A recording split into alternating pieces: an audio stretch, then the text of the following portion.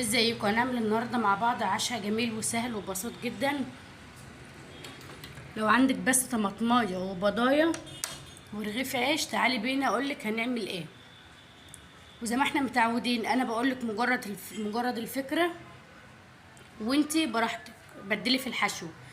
وكمان انا هنا عشان عدد الافراد عندي كتير فانا مزوده الكميه، فانتي طماطمايه واحده بس ورغيف عيش واحد وقرن فلفل هتعملي وهتتعشي وهتبقي مبسوطة ومية مية.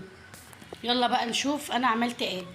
انا جبت كده طبق غويط حطيت فيه 5 بيضات، وزي ما انا قلت يرجع لحسب عدد الافراد اللي عندك، وحطيت عليهم ملح وفلفل اسمر، وهخفق كده البيض كويس، رب كده البيض كويس مع الملح والفلفل. ممكن تعملي بيضتين، ممكن بيضه واحده، ممكن رغيف، ممكن رغيفين، مش شرط تعملي زي ما انا عامله. هي سهله وبسيطه باذن الله عليكم ومش مكلفه خالص. بعد ما ربيتهم كده بقى حطيت طماطم متقطعه كده زي السلطه، وكمان فلفل متقطع برضو، وكمان هجيب ايه لانشون، وكمان جبنه موزاريلا او جبنه شيدر او جبنه قريش او جبنه فيتا، اي جبنه عندك حطيها. خلاص، وهقلب كده كل ده مع بعضه كويس كده، اخلط كل المكونات دي كده مع بعضها كويس.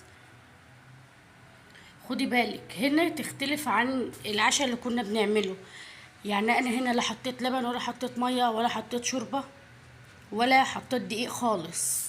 خدي بالك انا ما حطيتش دقيق ولا حطيت اي حاجه سايله، كلها حاجات كده اقتصاديه وحاجات ناشفه، يعني فلفل ولانشون وطماطم وبيض، وربطهم كده مع بعض كويس في شويه فلفل اسمر وشويه ملح، وشكرا على كده.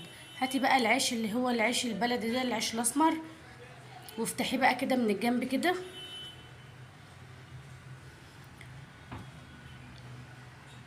زي ما انا قلتلك. ممكن تعملي رغيفين، ممكن رغيف واحد، مش لازم زي ما انا عامله خالص.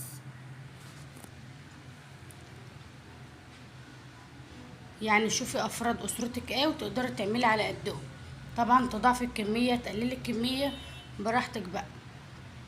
انا كده فتحته، هاخد من الحشوه اللي انا عملتها دي واحط في قلب الرغيف،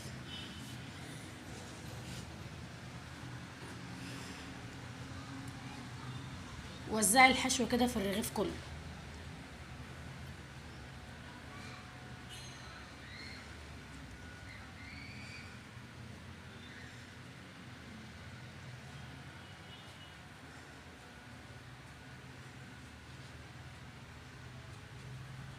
تمام كده، انا حشيت كل العيش اللي معايا بالشكل ده كده.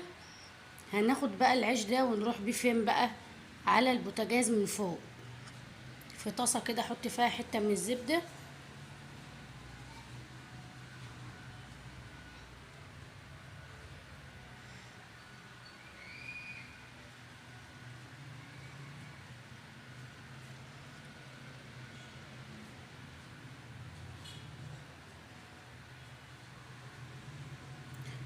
اول ما الزبده تسيح كده هاتي بقى العيش، انزلي كده بالرغيف، وحاولي تخلي النار على الوسط شويه، يعني ما تعلقش قوي ولا توطي قوي، على الوسط تمام قوي كده.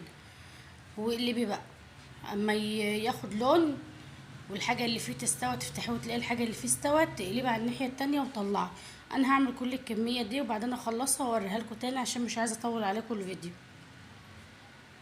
تمام او كده، انا كده خلصت ادي الكميه اللي معايا بمكونات بسيطه خالص واقتصاديه جدا، وعندك في التلاجة يعني زي ما انا قلت بيضه وقرن فلفل ورغيف عيش وطماطميه، تعملي احلى عشاء لاولادك وبالف هنا وشفا على قلبك.